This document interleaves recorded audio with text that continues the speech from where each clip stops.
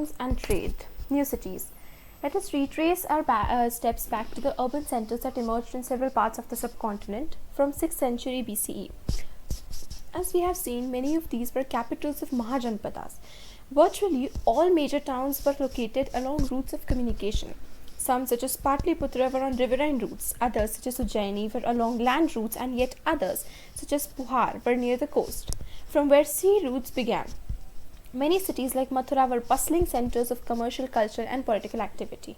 तो हमने ये चीज़ बहुत क्लियरली हमें यहाँ पर दिख रही है कि जितनी भी cities establish होती थी, they had some significance. And the significance was they were somewhere near the transport routes. ठीक है, most of them were near the rivers क्योंकि rivers से communication was very easy. Riverine routes के पास होती थी, उसके ऊपर based होती थी. तो जैसे capitals हो गई, जैसे Pataliputra was on the riverine routes, Ujjaini was on the land route, पुहार एक कोस्ट के पास थी, मथुरा जो थी वो भी एक कमर्शियल सेंटर था, मतलब बहुत ही बसलिंग सेंटर था, commercial, cultural and political activity सभी का. Mathura was an important city from that times. Okay, तो ये हम देख सकते हैं कि all the cities that were formed, they focused on like transportation was very important. Trade सिर्फ सबकॉन्टिनेंट में नहीं होता था, out of the subcontinent to distant lands भी होता था, टू डिफरेंट एम्पायर्स भी होता था. Urban populations. Okay, let's first discuss this. The history of Patliputra. Each city had a history of its own. Patliputra, for instance, began as a village known as Patligrama. Then in the 5th century BCE, the Magadhan rulers decided to shift their capital from Rajkaha to this settlement and renamed it. By the 4th century BCE, it was the capital of the modern empire and one of the largest cities in Asia. Can you believe this? पूरे Asia में Patliputra was one of the largest cities, and first it was a village which is known as Patligrama. Gram is village for another Hindi word for village like Sanskrit. Okay, and इसका नाम change करके पाटलिपुत्र कर दिया, and then it became the capital city of the Mauryans, Magad, and then it was the largest cities in Asia. Its importance apparently declined. When the Chinese pilgrim Xuanzang visited the city in the 7th century CE, he found it in ruins and with a very small population. The 7th century CE में देखिए हम बात करें 4th century BCE. Please, you have to be very careful about the years every time. BCE मतलब before zero, the year 0, and then 7th century CE. That means approximately after 1100 years के बाद जब Xuanzang visited the city Patliputra, it was in ruins, the population was very small. ये figure देख लेते हैं. This is the gift of an image. This is part of an image from Mathura. On the pedestal, it is Prakrit inscription. देखिए यहाँ पर ये बहुत ही vaguely आपको दिख रहा होगा. पेडिस्टल के ऊपर प्राकृत में इंस्क्रिप्शन लिखा हुआ है, which mentions a woman named नागपिया, the wife of the goldsmith सोवनिका named धर्मका. तो एक गोल्डस्मिथ था, एक सुनार था, उसका नाम, उसकी वाइफ जो जिसका नाम था धर्मका, उसकी वाइफ थी नागमिया. उसने ये उसका नाम इसके ऊपर मेंशनड है, मतलब कहीं ना कहीं उसने कुछ ना कुछ डोनेशन दिया होगा, तब जाके उसकी वाइफ का और उसका नाम इस पे मेंशनड है. Installed this image in a shrine. Okay, यहाँ पर हम देख सकते हैं कि ये लायंस बने हुए हैं, कुछ और फिगर्स बने हुए हैं, and this is a part of an image from Mathura. Urban populations, elites and craftspersons. We have seen that kings and ruling elites lived in fortified cities. Although it is difficult to conduct extensive excavation at most sites because people live in these areas even today. Unlike the Harappan cities, a wide range of artifacts have been recovered from them. देखिए ये बात है कि बहुत ज़्यादा excavations हम नहीं कर सकते इन साइट्स के ऊपर, क्योंकि आज भी जैसे Pataliputra is Patna today, Rajgarh is Rajgir today, तो ये बिहार वाला एरिया जो मगध, वाजी, पंचाल एंड तक्षशिला, ये सारे एरियाज़ में today the people are occupying that areas. वो वहाँ पर अभी भी रह रहे हैं, इस वजह से वहाँ पर एक्सकेवेशंस करना is a little bit difficult. लेकिन जैसे हरप्पन साइट्स है, वो साइट्स अब अबैंडन हो चुकी, इसलिए वहाँ पर excavations are still easier. But still उसके बावजूद हमें बहुत सारे आर्टिफैक्ट्स, बहुत सारी चीज़ें हमें इस टाइम से, इस एरा से हमें मिली है. एंड इसमें क्या क्या इंक्लूड होता है? Fine pottery bowls and dishes with a glossy finish known as northern black polished ware, probably used by rich people, and ornaments, tools, weapon, vessels, figurines made of a wide range of materials like gold, silver, copper, bronze, ivory, glass, shell and terracotta. Okay, By the 2nd century BCE, we find short votive inscriptions in a number of cities. What is votive? Here it's written, votive inscriptions record gifts made to religious institutions. तो आप religious institutions को बहुत सारे gifts दिए जाते थे. कुछ लोग lands grant करते थे मंदिर बनाने के लिए, कुछ लोग आज भी होता है, जैसे सपोज कोई थाली गिफ्ट कर रहा है, आरती के लिए थाली गिफ्ट कर रहे हैं, या फिर बहुत सारी चीज़ें होती है, जैसे कि दिए गिफ्ट कर रहे हैं. तो ऐसी बहुत सारी चीज़ें होती है जो हम religious institutions को आज भी गिफ्ट करते हैं. तो 2nd century BC तक हमें बहुत ऐसी votive inscriptions मिलती है बहुत सारी cities में. They mention the name of the donor and sometimes specify his or her occupation as well. तो जो देता है उसका नाम, कभी कभी वो क्या काम करता है वो भी specified होता है. They tell us about people who lived in towns. Washing folk, weavers, scribes, carpenters, potters, goldsmiths, blacksmiths, officials, religious teachers, merchants and kings. Sometimes guilds or shrenis, organizations of craft producers and merchants, are mentioned as well. These guilds probably procured raw materials, regulated production and marketed the finished product. It is likely that craftspersons used a range of iron tools to meet the growing demands of the urban elites. तो ऐसे मतलब individual donors के नाम भी हमें मिलते हैं, guilds के नाम मिलते हैं. दैट इज़ गिल्ड्स और श्रेणीज आर द ग्रुप और ऑर्गेनाइजेशन ऑफ पीपल जो लोग साथ में करते हैं. आज भी Amul is it's a big cooperative, तो इसी टाइप से गिल्ड्स आज भी बहुत हैं. ओके, सो वो लोग रॉ मटेरियल प्रोक्योर करना, प्रोडक्ट बनाना, उसको फिनिश करके मार्केट में बेचना, all of these things. Look at this map. These are some important kingdoms and towns. The Kushanas, ये देखिए उनकी कैपिटल probably तक्षशिला थी. Kushanas in the northwestern part, and then here were the Vakatakas. Prabhavati Gupta, Chandragupta II की daughter was married into the Vakatakas. They were ruling the central areas. Satavahanas were ruling the central and the western areas. Shakas in the more western parts of the country, northwestern parts. And the Guptas ruled here, this in the more eastern side, and uske important centers Guptas ke Mathura, Varanasi, Patliputra, Rajgir. These are the important centers under the Guptas. Then here the Cholas, the Cheras and the Pandyas. This was the region that was the Tamilkam, जिसमें Tamil, Andhra Pradesh, Telangana, parts of some Karnataka, Kerala वगैरह ये सब थोड़े से include होते थे. तो these were the major empires, the important kingdoms that were in existence. Were there any cities in the region where the Harappan civilization flourished in the 3rd millennium BCE? Yes, if you not really. देखिए कुछ cities हमें यहाँ पर if you remember this was the area, ये 5 Indus और उसकी tributaries, and यहाँ पर वो थी, यहाँ पे कालीबंगन, ढोलावीरा, रोपर, लोथल, यहाँ पर थी चान्हुदारो and Kot Diji, and this was the site where there was Mohenjo-daro. यहाँ पर हड़प्पा थी. तो we don't really see, because Harappan civilization was more focused on this area, and यहाँ पर हमें बहुत ज़्यादा cities वगैरह नहीं देखने को मिलती है. Takshashila may be one, but still.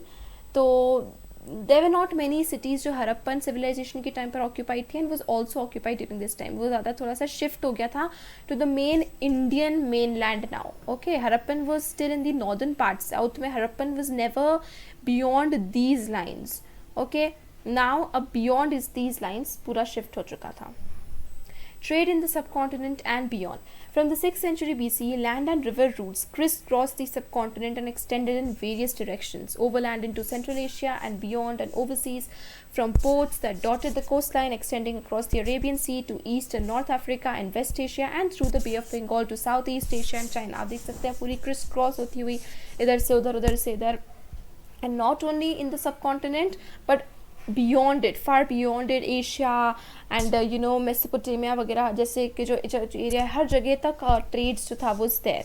Those who traversed these routes included peddlers who probably traveled on foot, and merchants who traveled with caravans or bullock carts and pack animals.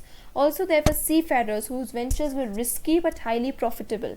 Successful merchants designated as Masattuvan and in Tamil, and Sethis and Sattavahas in Prakrit could become enormously rich. देखिए सी फायरर्स का job बहुत risky होता था. आज के time पर we have so many things कि जब एक शिप निकलती है तो उसके बहुत कोऑर्डिनेट्स रहते हैं, एंड कॉन्टैक्ट रहता है, satellites and this and that. पहले ऐसा कुछ नहीं था. एक सी अगर एक पोर्ट से निकली है, so if it is in the middle of the ocean, nobody knows वो कहाँ है, क्या है, कहाँ तक पहुँची है. There is no way, there is no idea बीचों बीच, बिकॉज देर आर नॉट बहुत ज़्यादा प्रोविजन्स नहीं होते थे कि ऐसी छोटी बोट्स हैं एंड ये एंड वो है.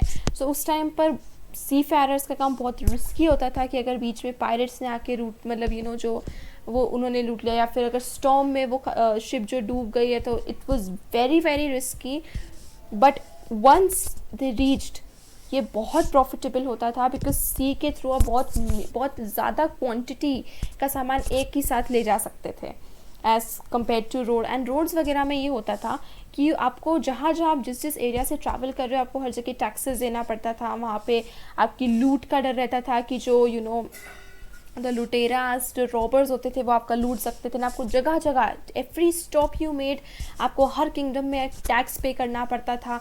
तो it was like much less profitable. सी में आप एक बार अपने पोर्ट से चले एंड जहाँ पर डेस्टिनेशन पे पहुँचना, डायरेक्ट वहाँ पहुँच के, and if you reach successfully, the business was very very successful. मसत्तु वन हमने पहले भी ऐसे टर्म्स पढ़े थे, वेलालर, आदिमई, उजावर. तो ये अगेन हमारे पास टर्म्स आ गए हैं. मसत्तु वन इन तमिल, सेठीज इन सत्यवाहास, जो कि एंड सेठीज एंड सत्यवाहास in Prakrit language, and could become enormously rich. This successful merchants होते थे. A wide range of goods were carried from one place to another. These were the salt, grain, cloth, metal ores and finished products, stone, timber, medicinal plants, to name a few. Spices, especially pepper, were in high demand. Pepper बहुत high demand में था, because Indian pepper was very famous in the Roman Empire, as were textiles and medicinal plants, and these are all transported across Arabian Sea to the Mediterranean. यहाँ पर is not the map, but you know ये यहाँ से Arabian Sea से फिर they would go to the Mediterranean Sea. The Malabar coast, this is present day Kerala. Okay, this part, this is the Malabar coast. उसके बारे में यहाँ पर कुछ लिखा है. Here is an excerpt from Periplus of the Erythraean Sea, composed by an anonymous Greek sailor. Periplus से work था, एक anonymous Greek sailor, उसका नाम हमें नहीं पता है, 1st century CE में, of the Erythraean Sea. Erythraean Sea is here. Periperos is a Greek word meaning sailing around, and Erythraean was the Greek name for the Red Sea. तो Red Sea से Greek sailor आया, and उसने composition कराया Periplus. What does he write? The sailor writes, they, that is traders from abroad, send large ships to these market towns on account of the great quantity and bulk of pepper and malabitrum, possibly cinnamon, produced in these regions. They are imported here in the first place a great quantity of coin, topaz, antimony, a mineral used as a coloring substance, coral, crude glass, copper, tin, lead. There is exported pepper, which is produced in quantity in only one region near these markets. Besides this, there are exported great quantities of fine pearls, ivory, silk, cloth, transparent stones of all kinds, diamonds and sapphires, and tortoise shell. Archaeological evidence of a bead-making industry using precious and semi-precious stones has been found in Kodumalal, Tamil Nadu. It is likely that local traders brought the stones from mentioned in Periplus from sites such as those to the coastal plains. तो यहाँ पर हमें देखने को मिलता है there are so many substances which are imported and exported and all these things. तो archaeological evidence के according precious and semi precious metals का यूज़ होता था, स्टोन्स का यूज़ होता था. और ये इंडस्ट्री थी, दिस वाज फाउंड इन कोडुमलल इन तमिलनाडु. तो हो सकता था कि लोकल ट्रेडर्स जो थे वो जो स्टोन्स थे वो ख़रीदते थे इन इंडस्ट्रियल साइट से, जो कि तमिलनाडु में प्रेजेंट है, जो कि ये यहाँ पर मैंशनड है, copper, tin, crude glass, topaz and all these things. Why did the author compile this list? Of course, to mention all the things that were found here. And he was a sailor, so for the purposes of accounting, and वहाँ पर जब वो वापस अपने जिस land से वो आया है, तो वहाँ पर उनके पास एक लिस्ट है उनको प्रेजेंट करने के लिए. these are the things that can be present, so there can be many reasons. Coins and kings. To some extent, exchanges were facilitated by the introduction of coinage. Punch-marked coins made of silver and copper, 6th century BCE onwards, were amongst the earliest to be minted and used. 6th century BC से earliest coins, some of the earliest coins were minted. Punch-marked होते थे ये silver and copper के. These have been recovered from excavations at a number of sites throughout the subcontinent. Numismatics are the people who study coins. Like epigraphists are the people who study inscriptions, and numismatics study coins. Have studied these and other coins to reconstruct possible commercial networks. Attempts made to identify the symbols on punch-marked coins with specific ruling dynasties, including the Mauryas, suggest that these were issued by kings. It is also likely that merchants, bankers, and townspeople issued some of these coins. The first coins to bear the names and images of rulers were issued by the Indo-Greeks, who established control over the northwestern part of the subcontinent in the 2nd century BCE. The Kushanas, however, issued the largest hoards of gold coins. First gold coins circa 1st century CE. These were virtually identical in weight with those issued by contemporary Roman emperors and the Parthian rulers of Iran, and have been found from several sites in North India and Central Asia. तो अभी तक हमें silver and copper coins, punch-marked coins, and the first coins to bear the names and images were the Indo-Greeks. Now the first gold coins were of the Kushanas, और उन्होंने Roman and Parthian rulers के pattern पर ये gold coins को issue करा था. Okay. The widespread use of gold coins indicates the enormous value of the transactions that were taking place. Besides, hordes of Roman coins have been found from archaeological sites in South India. मतलब Roman का South India के साथ काफ़ी अच्छा trade था. It is obvious the network of trade were not confined with political boundaries. South India was not a part of the Roman Empire, but there were close connections through trade. Coins were also issued by tribal republics such as that of the Yodhyas of Punjab and Haryana, 1st century CE. Archaeologists have unearthed several thousand copper coins issued by the Yodhyas, pointing to the latter's interest and participation in economic exchanges. Though they were a tribal group, but they issued coins. Some of the most spectacular gold coins were issued by the Gupta rulers. The earliest issues were remarkable for their purity. These coins facilitated long-distance transactions from which kings also benefited. From circa 6th century CE onwards, finds of gold coins taper off. Does this indicate that there was some kind of an economic crisis? Historians are divided on this issue. Some suggest that with the collapse of the Western Roman Empire, long-distance trade declined, and this affected the prosperity of the states, communities, and regions that had benefited from it. Others argue that new towns and networks of trade started emerging around this time. They also point out that though finds of coins of that time are fewer, coins continue to be mentioned in inscriptions and texts. Could it be that there are fewer finds because coins were in circulation rather than being hoarded? तो बहुत सारे points है कि 6th century CE के बाद से हमें coins जो है वो होर्ड्स में मिलना कम हो गए हैं. तो what was the reason we don't know. हो सकता है कि वो उस टाइम पे सर्कुलेशन में थे तो इस वजह से वो यूज़ उसका दूसरा होता गया. जैसे कि देखिए गुप्ता रूलर्स का यहाँ पर मैं आपको पहले बताती हूँ. Numismatics is the study of coins, including visual elements such as scripts and images, metallurgical analysis, and the context in which they have been found. Metallurgical analysis मतलब what are the metals that have been used in the making of the coins, and what are the visual images. A punch-marked coin, so named because symbols were punched or stamped onto the metal surface. ये देखिए. A Yodhya coin, this is a Yodhya coin. A Gupta coin. देखिए circulation में क्या मतलब होता है कि this is a Gupta coin, right. जब तक गुप्ता डायनेस्टी चली तब तक Gupta coins were in place. अब एक बार गुप्ता डायनेस्टी डिक्लाइन तो of course these coins were then melted and formed into the coins of some other state, some other empire ruler. तो इस वजह से हो सकता था कि कॉइन्स इसलिए फ्यूअर हमें मिलने लगी because they were in circulation and वो होल्ड नहीं करके मतलब जमा करके एक जगह नहीं रखे जाने लगी. और इट मे बी पॉसिबल कि क्योंकि रोमन एम्पायर डिक्लाइन तो उसके साथ हमारा लॉन्ग डिस्टेंस ट्रेड डिक्लाइन हो गया, जिस वजह से there was some kind of economic crisis. We are not really sure about it, but of course these cases are what we can do.